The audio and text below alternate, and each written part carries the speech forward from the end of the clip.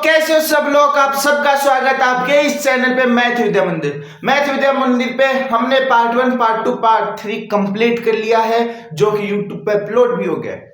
और आज हम क्वाड्रेटिक इक्वेशन का पार्ट 4 कंप्लीट करेंगे, जिसके अंदर हम एक बहुत ज्यादा इंपॉर्टेंट टॉपिक कवर करने वाले, जेई का कॉमन रूट। देखो, क्वाड्रेटिक इक्वेशन में छोटे छोटे टॉपिक है, जैसे कि न्यूटन फॉर्मूला, जो कि जेई के लिए इंपॉर्टेंट है, छोटा टॉपिक है। अब जैसे कॉमन रूट है, ये भी एक छोटा टॉपिक है और जेई के लिए इंपॉर्टेंट है। तो बिना किसी देरी से हम स्टार्ट करते हैं क्वाड्रेटिक इक्वेशन का पार्ट नंबर 4, जिसमें हम कॉमन रूट्स पढ़ेंगे। बड़ा इंटरेस्टिंग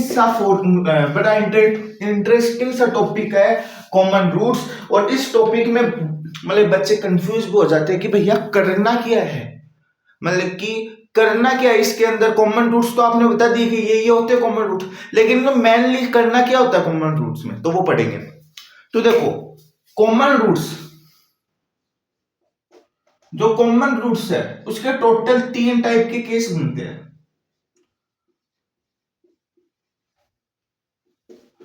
टोटल 3 टाइप के केस बनते हैं। एक तो बनता है केस नंबर जो 1 बनता है, वो बोल रहा है, अगर मैं बोल रहा हूं, देखो जैसे कि आप मान लो कोई भी जनरल, कोई भी क्वाड्रेटिक, कोई दो क्वाड्रेटिक इक्वेशन मान लो, आप इधर लिख लो। जो कोई भी जनरल, कोई भी दो क्वाड्रेटिक इक्वेशन है, जैसे कि मैं ये बोल रहा हूं, ये कोई क्वाड्रेटिक इक्वेशन ही है, और मैं बोल रहा हूं कोई दूसरी क्वाड्रेटिक इक्वेशन ही है, कोई दो डिफरेंट क्वाड्रेटिक इक्वेशन है। ये कोई दो डिफरेंट क्वाड्रेटिक इक्वेशन है, a1 x square plus b1 x plus c1 is equal to 0, और दूसरी a2 x square plus b2 x plus c2 is equal to 0।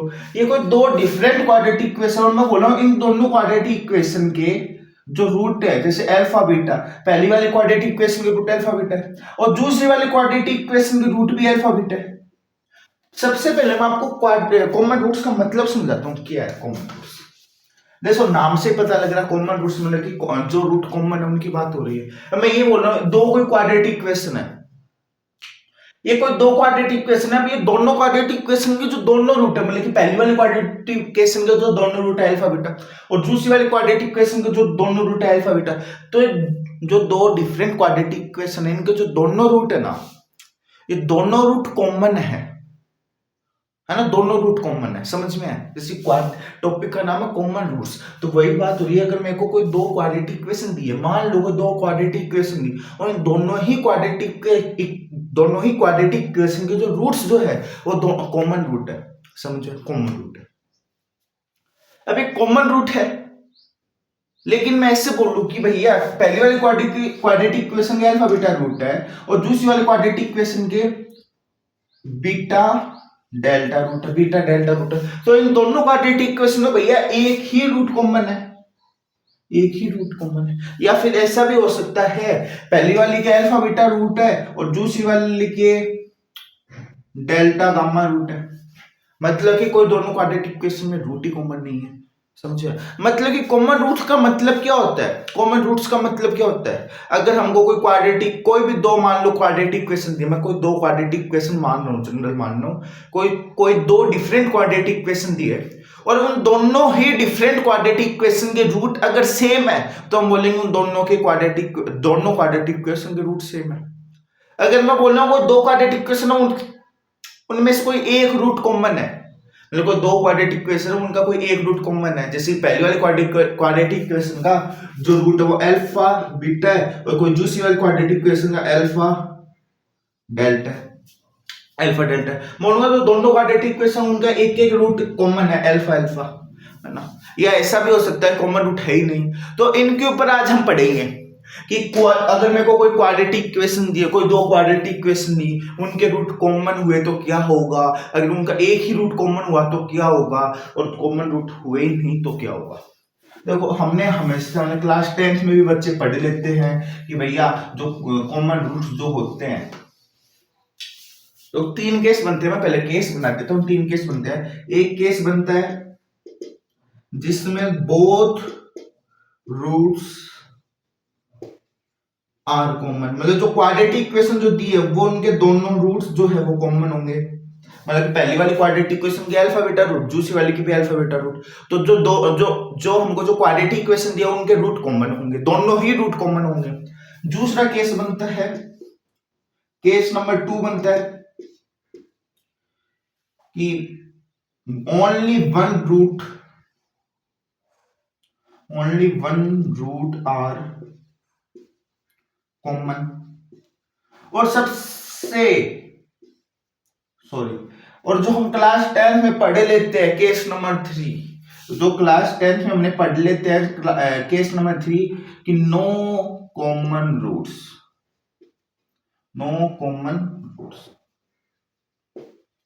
समझ में आया। मतलब कि अगर कॉमन रूट्स को हम अगर केसेस में डिवाइड करें तो 3 टाइप के केस बनेंगे। एक केस तो बनेगा कि अगर मेरे को कोई 2 क्वाड्रेटिक इक्वेशन दिया तो उन दोनों क्वाड्रेटिक इक्वेशन के रूट सेम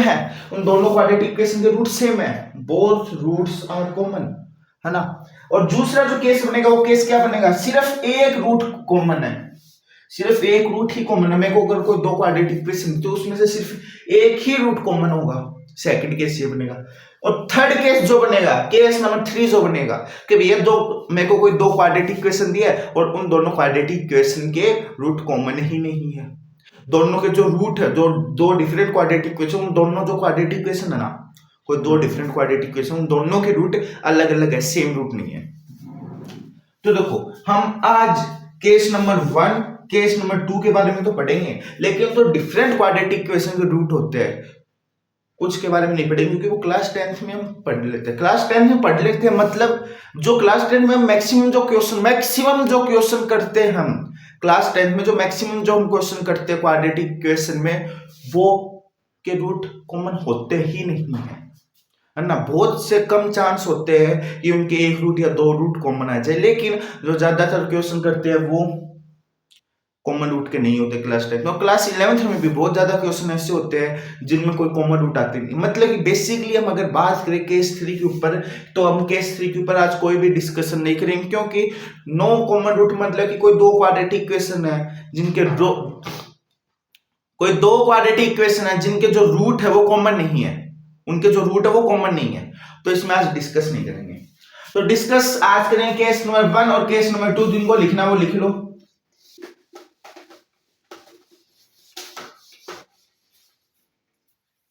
है ना। हम करेंगे केस नंबर 1 से स्टार्ट करेंगे। वापस बोल रहा हूं, केस नंबर 3 के ऊपर डिस्कस नहीं करेंगे, क्योंकि केस नंबर 3 में कोई भी रूट कॉमन नहीं है। तो मतलब कि कोई भी कंडीशन को फॉलो नहीं कर रहा। मतलब कि मेरे को कोई 2 क्वाड्रेटिक इक्वेशन है, मैं वापस लिख देता हूं, मेरे को ये कोई 2 क्वाड्रेटिक इक्वेशन दी,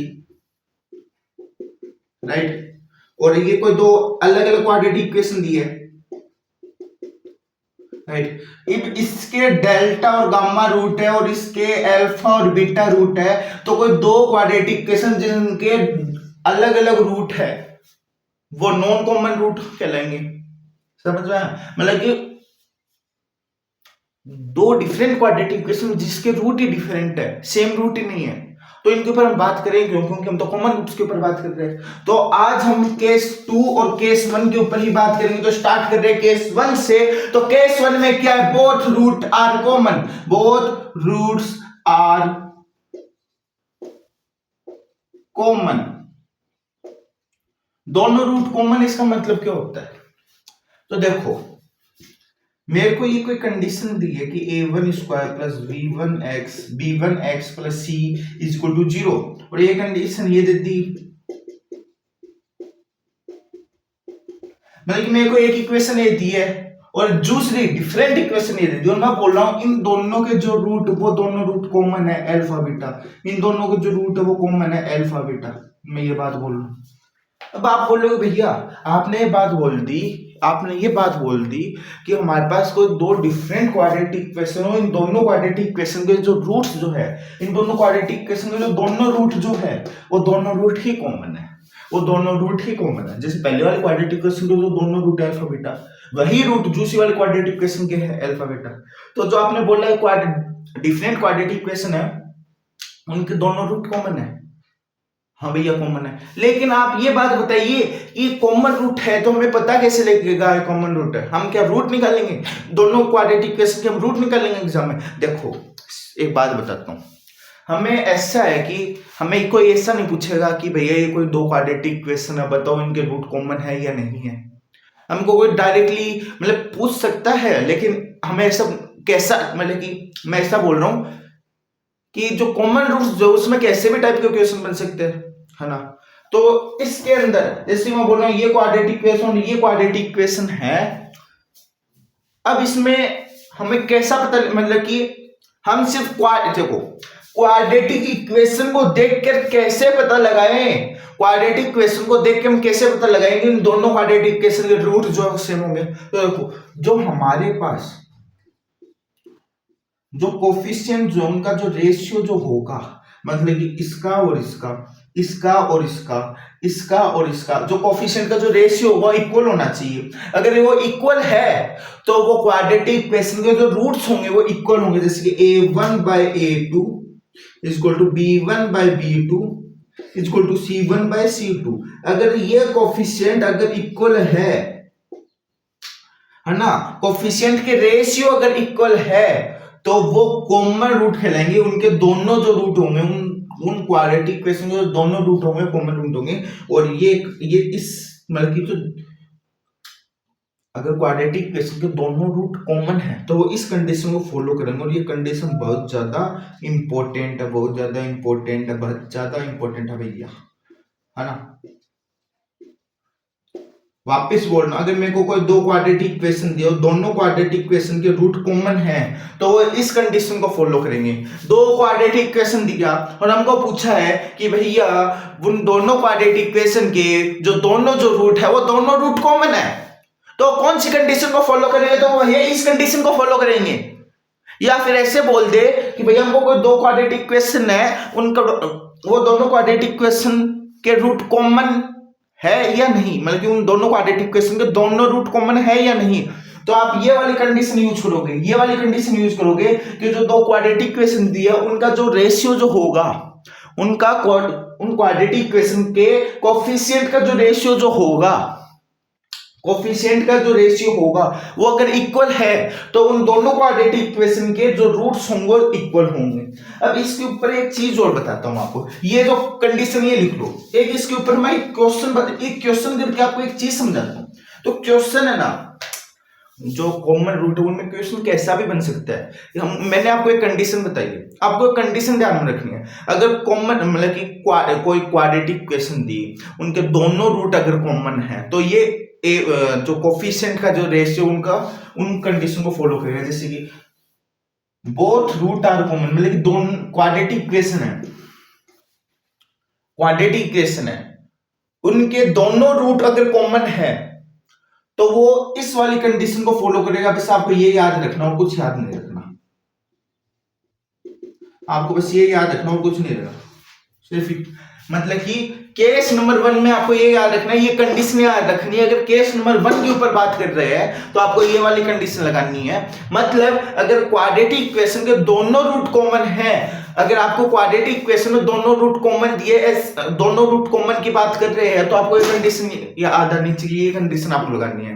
वापस बता रहा हूं, क्वाड्रेटिक इक्वेशन दी, अब मेरे को बोला अगर क्वाड्रेटिक इक्वेशन दी है और बोला इनके दोनों रूट कॉमन है तो आपको एक कंडीशन याद रखनी है। या फिर ऐसे बोल दे ये दो क्वाड्रेटिक इक्वेशन है, अब बताओ इनके रूट कॉमन है या नहीं। तो आपको रूट जो क्वाड्रेटिक इक्वेशन का जो रूट है वो निकालने की जरूरी नहीं है, आप डायरेक्ट ये कंडीशन लगा दो। और अगर ये कंडीशन अगर इक्वल आ गई, मतलब कोफिशिएंट के रेशियो अगर इक्वल आ रहे हैं तो उनके जो दोनों रूट है वो कॉमन होंगे, उनके दोनों रूट होंगे वो कॉमन होंगे, कॉमन रूट होंगे, दोनों रूट कॉमन होंगे।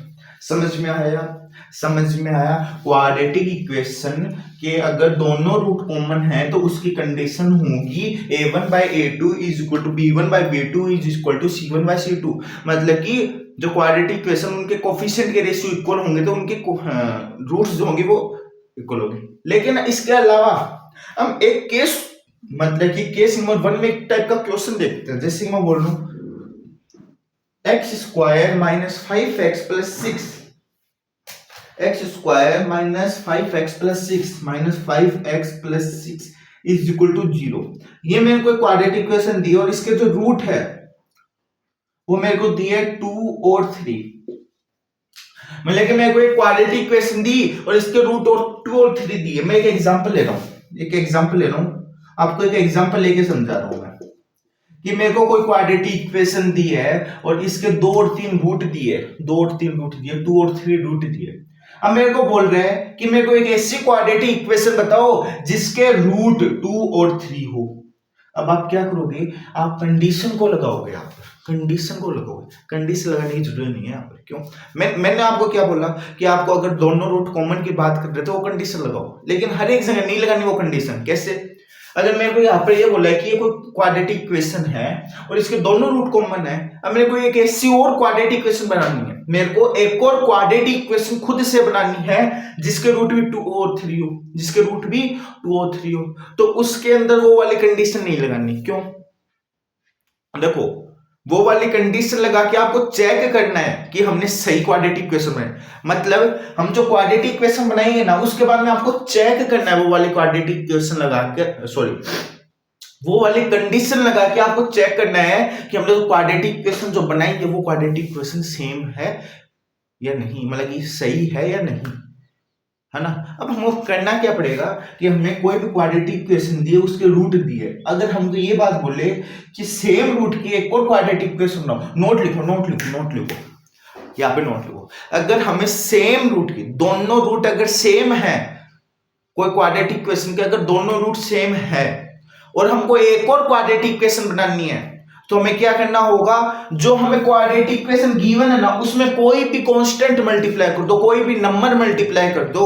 अगर आप वो नंबर मल्टीप्लाई कर दोगे तो आपको एक क्वाड्रेटिक इक्वेशन मिल जाएगी सेम रूट की। वापस बोल रहा हूं, वापस बोल रहा हूं, वापस बोल रहा हूं, हमें सेम रूट की अगर मेरे को कोई क्वाड्रेटिक इक्वेशन दी और हमें एक सेम और उसके कोई रूट दी है, क्वाड्रेटिक इक्वेशन दी और रूट दिए, अब मैं बोल रहा हूं सेम रूट की, सेम रूट की, सेम रूट की एक और क्वाड्रेटिक इक्वेशन बताओ, मतलब कि एक ऐसी क्वाड्रेटिक इक्वेशन बताओ जिसके रूट 2 और 3 हो। तो क्या करेंगे, एक कांस्टेंट मल्टीप्लाई करते हैं, किसमें, जो इक्वेशन गिवन है। समझा? मैंने क्या बोला कि कोई इक्वेशन गिवन है उसमें कोई भी कांस्टेंट मल्टीप्लाई कर दो, मैं कोई भी कांस्टेंट मल्टीप्लाई कर दो, मैं कर रहा हूं 4 मल्टीप्लाई कर रहा हूं, 4x² minus 20x plus 24 is equal to 0।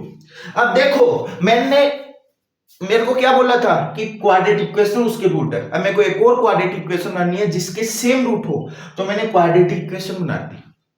अब मैंने जो क्वाड्रेटिक इक्वेशन बनाई है, इसको चेक करने के लिए मैंने क्या बोला, कंडीशन का यूज करो। क्या करोगे, इसका कोफिशिएंट बाय इसका coefficient, 1/4 is equal to 5/20, 5/20 is equal to 6/24, 6/24। अब इसको काटो, 1/4 का 1/4 हो गया, 5 इसका हो गया 1/4, इसका हो गया और इसका भी 1/4 हो गया, राइट। मतलब कि कंडीशन को फॉलो कर रहा है, तो ये हमारी क्वाड्रेटिक इक्वेशन सेम है, मतलब कि इसके जो रूट होंगे वो 2 और 3 ही होंगे। समझ में आया? ये कंडीशन जो मैंने जो आपको कंडीशन बताई थी, कोफिशिएंट के रेशियो, वो हमको चेक करने के लिए भी यूज करते हैं, है ना। समझ में आया? मेरे को क्या बोला था, देखो नोट लिख लो, एक चीज आप लिख लो, नोट में लिख लो, मैं आपको लिखवा देता हूं, नोट कर देता हूं यहां पर। नोट क्या है, make a same quadratic equation then multiply given quadratic equation. यार आप ही लिख लो, आप लिख लो। अगर मेरे को हिंदी में लिख लो, इंग्लिश में नहीं लिखना, हिंदी में लिख लो, क्योंकि इंग्लिश में बहुत कम बच्चे लिख पाएंगे। मैं इंग्लिश में लिख तो दूंगा लेकिन उसको समझ नहीं पाएंगे। अगर आप कोई भी ऐसा बच्चा है जिसको अगर फ्यूचर में वो अगर पढ़े तो उसको समझ में नहीं आएगा, इसलिए मैं हिंदी में बोल रहा हूं। अगर हमको कोई गिवन क्वाड्रेटिक इक्वेशन है और उस क्वाड्रेटिक इक्वेशन की कुछ मान लो अल्फा बीटा रूट है ना, अल्फा बीटा रूट है। अब मेरे को क्या बात बोल रही है कि मेरे को सेम रूट की, मतलब अल्फा बीटा रूट के ही एक और क्वाड्रेटिक इक्वेशन बताओ, मतलब मेरे को एक ऐसी क्वाड्रेटिक इक्वेशन बना के दो जिसके रूट अल्फा बीटा है। तो मैं क्या करूंगा, जो मेरे को गिवन क्वाड्रेटिक इक्वेशन है उस गिवन क्वाड्रेटिक इक्वेशन में कोई एक कांस्टेंट में मल्टीप्लाई कर दूंगा, तो मेरे पास जो एक और क्वाड्रेटिक इक्वेशन बन के आ जाएगी सेम रूट की। तो अब लिखो, सेम रूट की नई इक्वेशन बनाने के लिए हमें गिवन क्वाड्रेटिक इक्वेशन में कोई भी कांस्टेंट को मल्टीप्लाई करना होता है। समझ में? कोई इक्वेशन दी जिसके कुछ रूट है और उसी रूट के मेरे को एक और क्वाड्रेटिक इक्वेशन बनानी है, तो मेरे को कोई कांस्टेंट का मल्टीप्लाई करना पड़ेगा गिवन क्वाड्रेटिक इक्वेशन। समझ में आया? आ गया भैया? आ गया। तो हमारे पास ये इसका आंसर आ गया। समझ में? ठीक है। तो इसी कॉमन रूट दोनों, अगर क्वाड्रेटिक इक्वेशन दोनों कॉमन रूट है, वो हमने केस कंप्लीट कर लिया। अब केस नंबर 2 पे चलते हैं। देखो, जिसको लिखना है वो पॉज करके लिख लेना, और जिसको लिखना नहीं है वो मत लिखना, राइट? अब देखो केस नंबर 2 क्या है।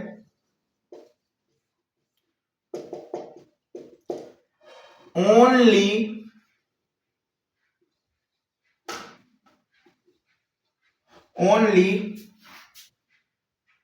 One root are common.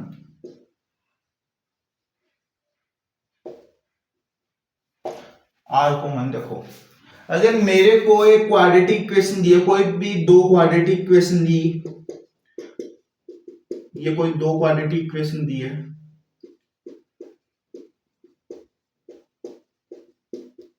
ये मेरे को कोई दो क्वाड्रेटिक इक्वेशन दी और मैं बोल रहा हूं इसका रूट अल्फा बीटा है और इसका रूट मैं मान रहा हूं बीटा डेल्टा है।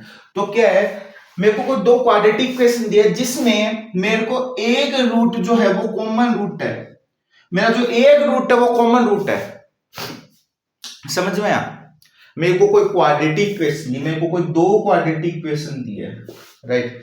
मेरे को कोई दो क्वाड्रेटिक इक्वेशन दी है और इन दोनों क्वाड्रेटिक इक्वेशन में एक एक जो रूट है वो कॉमन है। इस क्वाड्रेटिक इक्वेशन में अल्फा बीटा और इस वाले क्वाड्रेटिक इक्वेशन में बीटा डेल्टा है। लेकिन इस वाले पहली वाले जो क्वाड्रेटिक इक्वेशन जो है उसमें भी मेरे पास बीटा है और दूसरे वाले क्वाड्रेटिक इक्वेशन में मेरे पास बीटा है। मतलब कि अगर मेरे पास ऐसा केस आ जाए कि जिसमें एक ही क्वाड्रेटिक इक्वेशन, अगर मेरे को कोई दो क्वाड्रेटिक इक्वेशन दिए, अगर मेरे पास ऐसा केस आ जाए कि उन दोनों क्वाड्रेटिक इक्वेशन में कोई एक रूट कॉमन है, जैसे कि पहली वाली में भी बीटा दूसरी वाली में बीटा है ना, कोई एक ऐसा केस आ जाए, तो उसमें क्या करना होगा?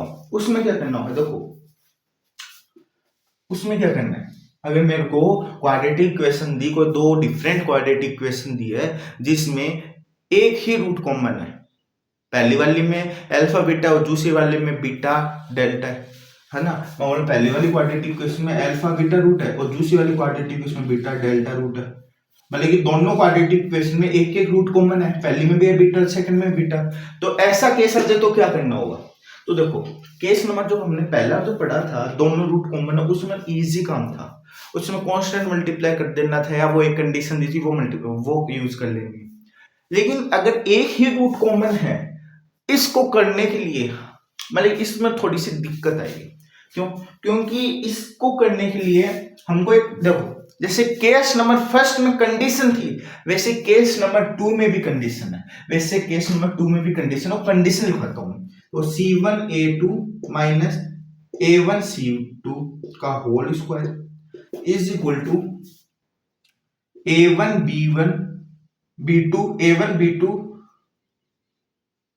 B2 sorry A1B2 minus B1A2 A2 multiply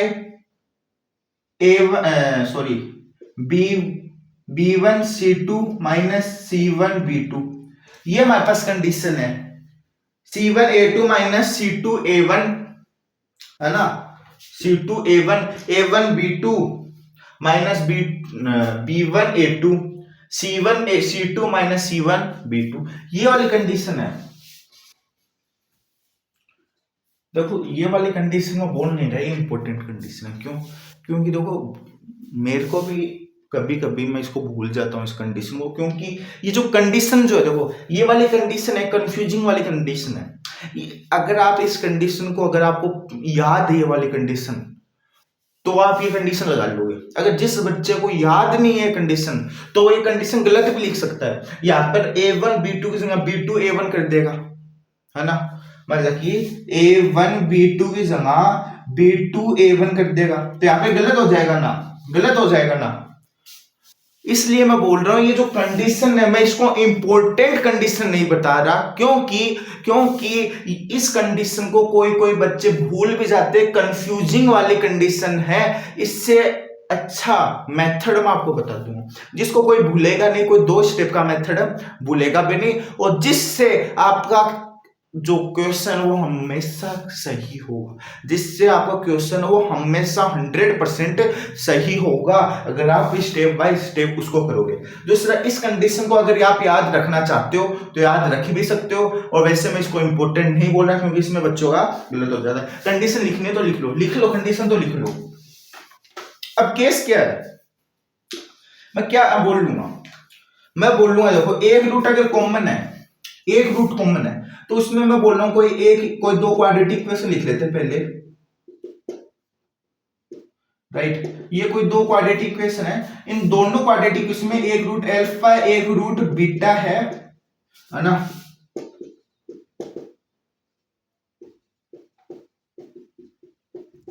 इसमें भी बीटा रूट और डेल्टा रूट, मतलब इन दोनों क्वाड्रेटिक इक्वेशन में जो कॉमन जो रूट है, इन दोनों क्वाड्रेटिक इक्वेशन में जो कॉमन जो रूट है वो क्या है, मान लेते हैं लेट कॉमन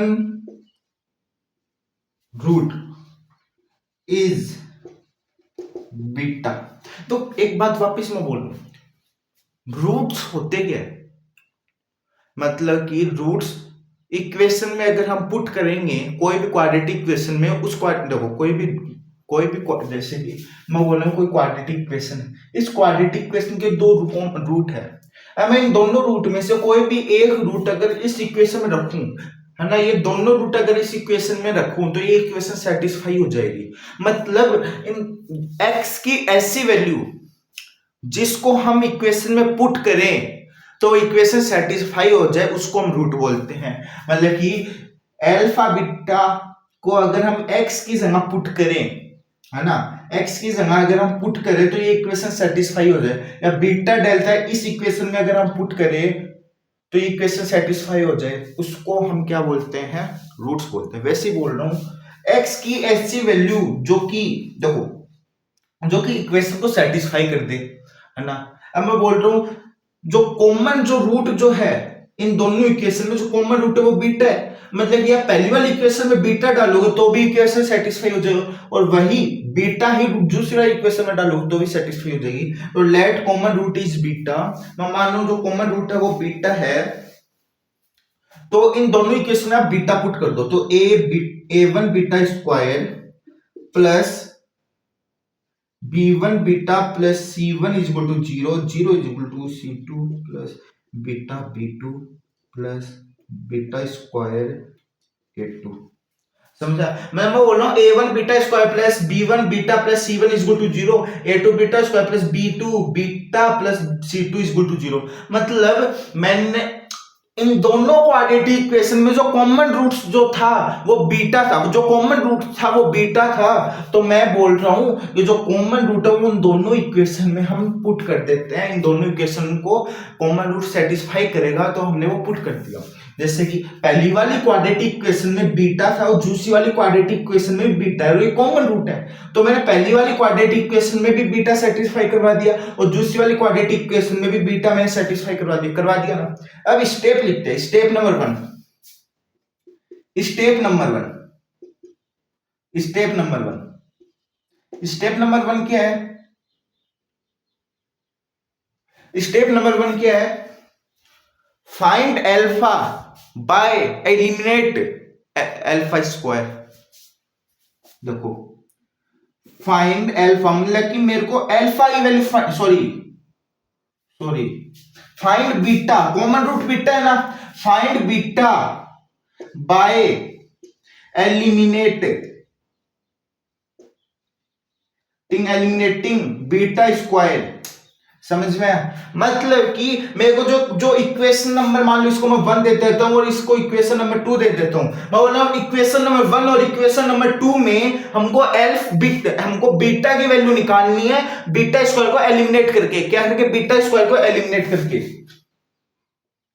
बीटा स्क्वायर को एलिमिनेट करके, समझ में, मतलब कि बीटा इस पहली और दूसरी इक्वेशन में हम बीटा स्क्वायर को हटा कर बीटा की वैल्यू निकालनी है हमको। क्या निकालनी है? बीटा की वैल्यू निकालनी है। और बाद में क्या आएगा? Step number 2, put the value of beta in any one equation.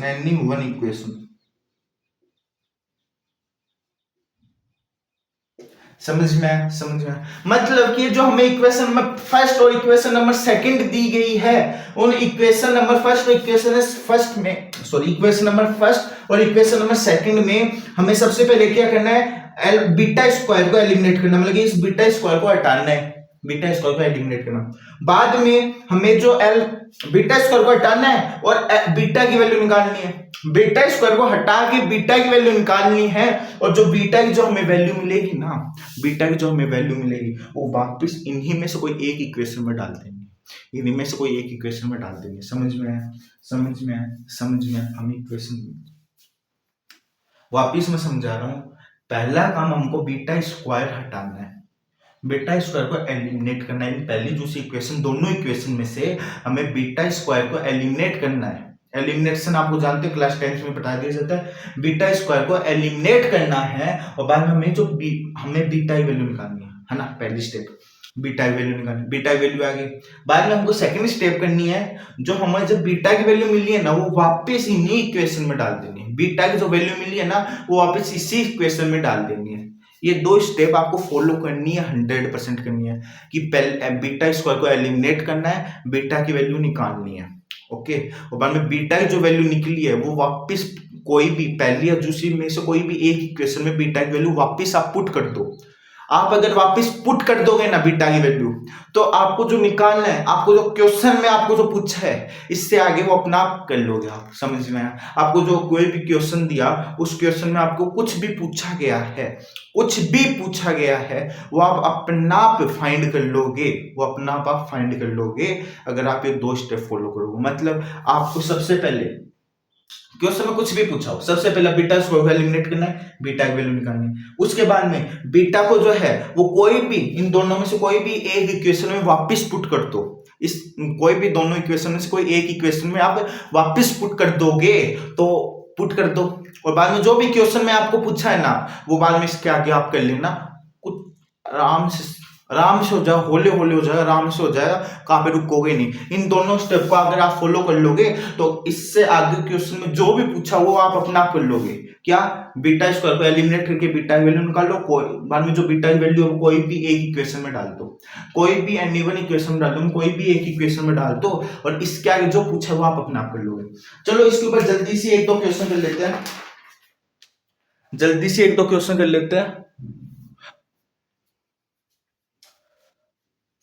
देखो हमने जो है, तो जिनको नोट करना वो नोट कर लो, मैंने टाइम भी दे दिया नोट करने के लिए, पॉज करके नोट कर लो। हमने पूरे आधे घंटे की वीडियो कंप्लीट कर ली है।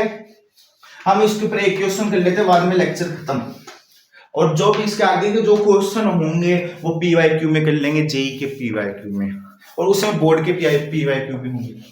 बोर्ड के PYQ में लेंगे क्लास 11th के, हम क्लास 11th का जो हम टॉपिक पढ़ रहे तो क्लास 11th के क्वेश्चन भी होंगे, बोर्ड क्लास 11th के भी होंगे और जेई के भी होंगे।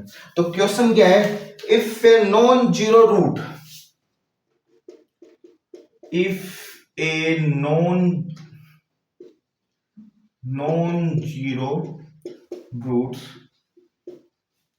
non zero roots of the equation,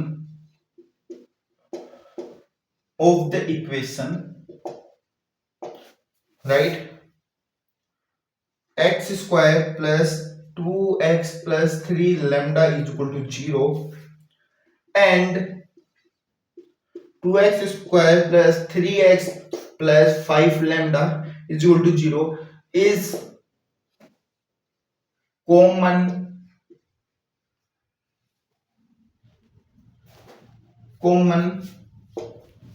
then the value of lambda will be। अब हमें करना क्या है? हमें करना क्या है, देखो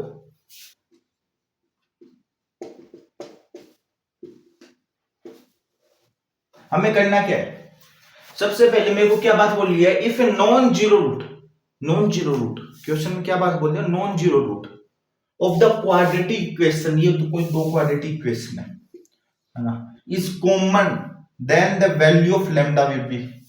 क्वेश्चन की लैंग्वेज समझ में आ रही है क्या बात बोल रहे हैं। आप बोलोगे भैया इसमें तो बताया नहीं कि एक रूट कॉमन है या दोनों रूट कॉमन है।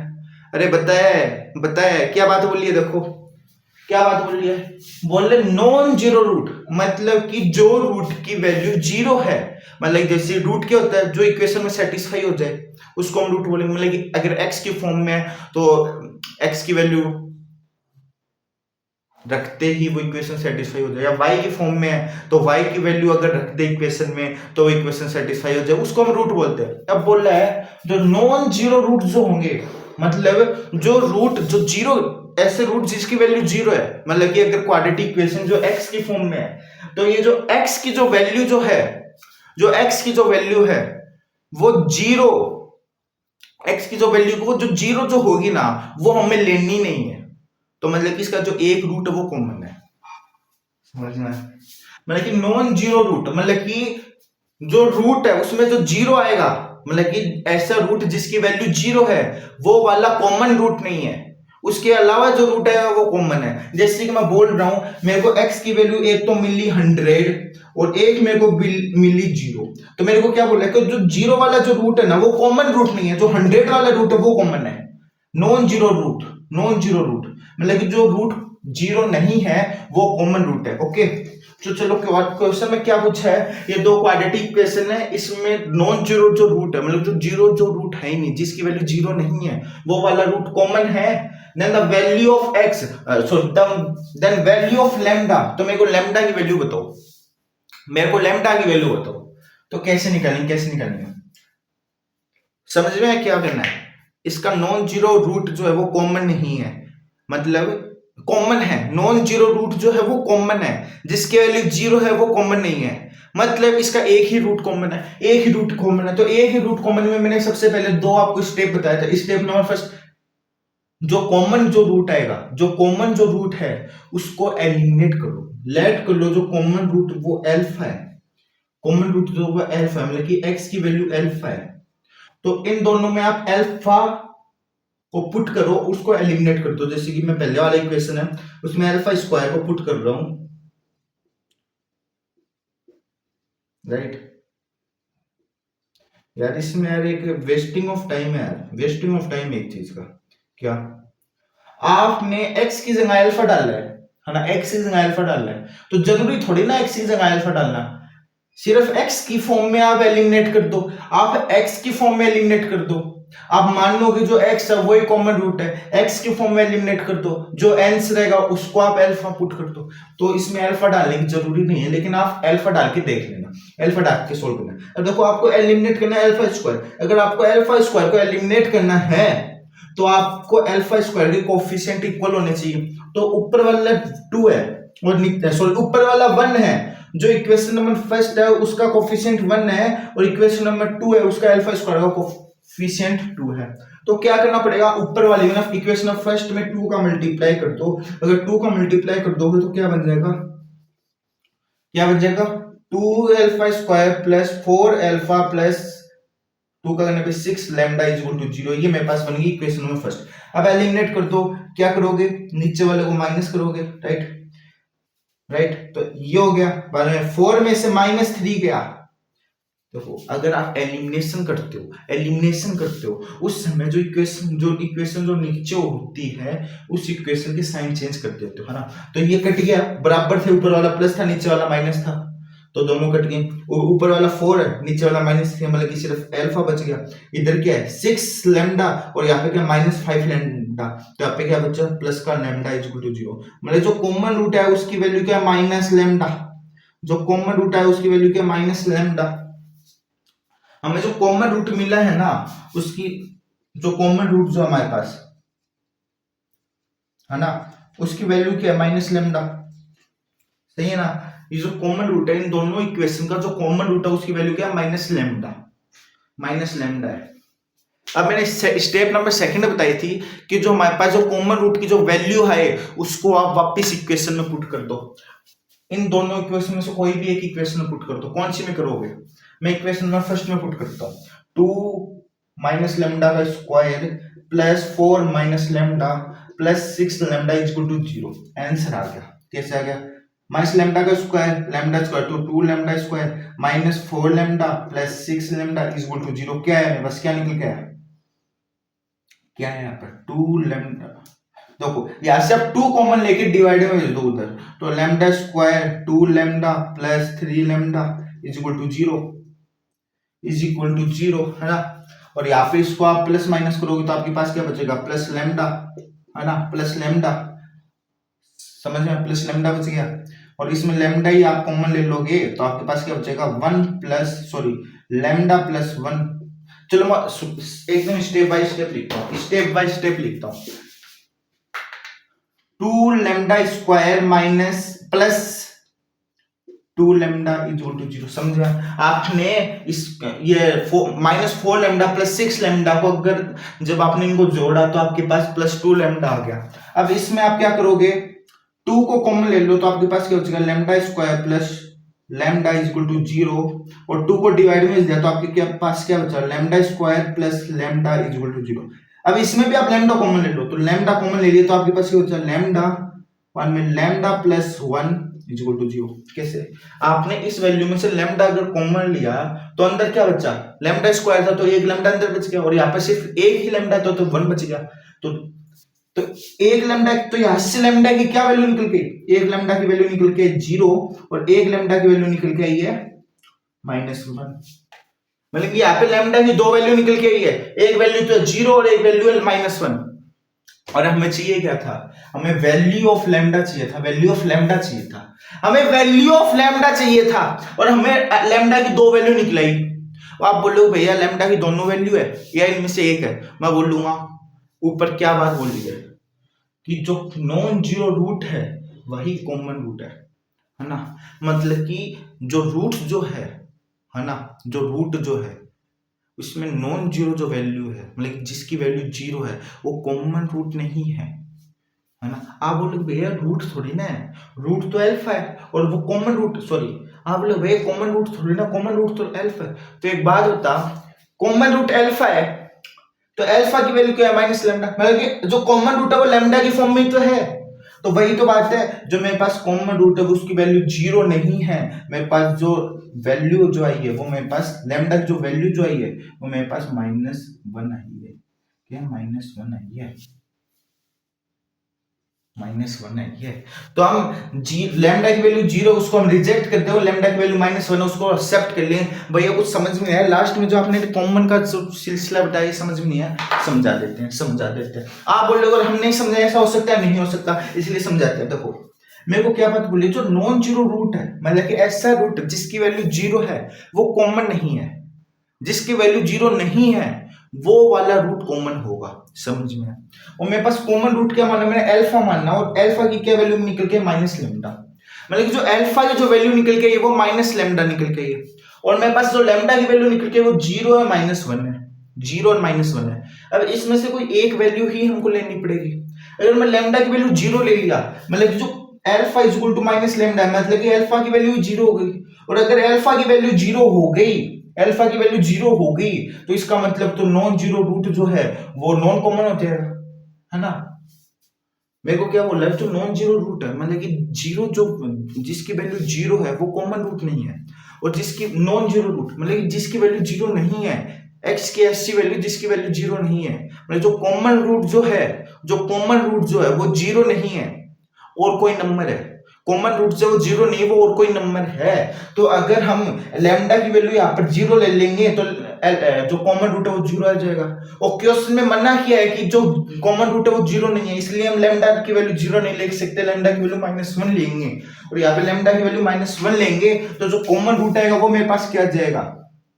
माइनस लैम्डा है, तो लैम्डा की वैल्यू क्या है? -1 है, तो -1 है, तो लैम्डा की वैल्यू जो कॉमन रूट है उसकी वैल्यू 1 आ गई। वापिस समझा देता हूँ। मेरे को क्या बोलना है, जो कॉमन रूट है उसकी वैल्यू जीरो ही नहीं है, जो कॉमन रूट है उसकी वैल्यू जीरो नहीं है, कोई नंबर है, जीरो नहीं और कोई नंबर है ना। तो कॉमन रूट जो है उसकी वैल्यू माइनस लेमडा है ना, और मेरे पास जो लेमडा की वैल्यू है जीरो और -1 है। अगर मैं लेमडा की वैल्यू जीरो ले लिया तो मेरे पास जो कॉमन रूट है उसकी वैल्यू भी जीरो आ गई, और ऐसा क्वेश्चन में मना किया है कि जो कॉमन रूट है उसकी वैल्यू जीरो नहीं आएगी, तो मैं लेमडा की वैल्यू जीरो ले नहीं सकता, इसलिए -1 लिया।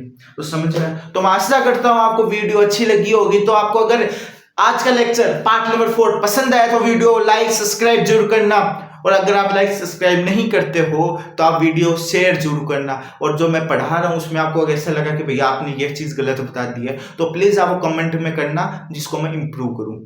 ओके, तो हैव ए नाइस डे। मिलते हैं आपको लेक्चर नंबर 5 में, जिसमें हम पढ़ेंगे graph of a quadratic expression और range of a quadratic expression. तो मिलते हैं अगले लेक्चर में, लेक्चर नंबर 5 में, पार्ट नंबर 5 में। Okay bye, have a nice day.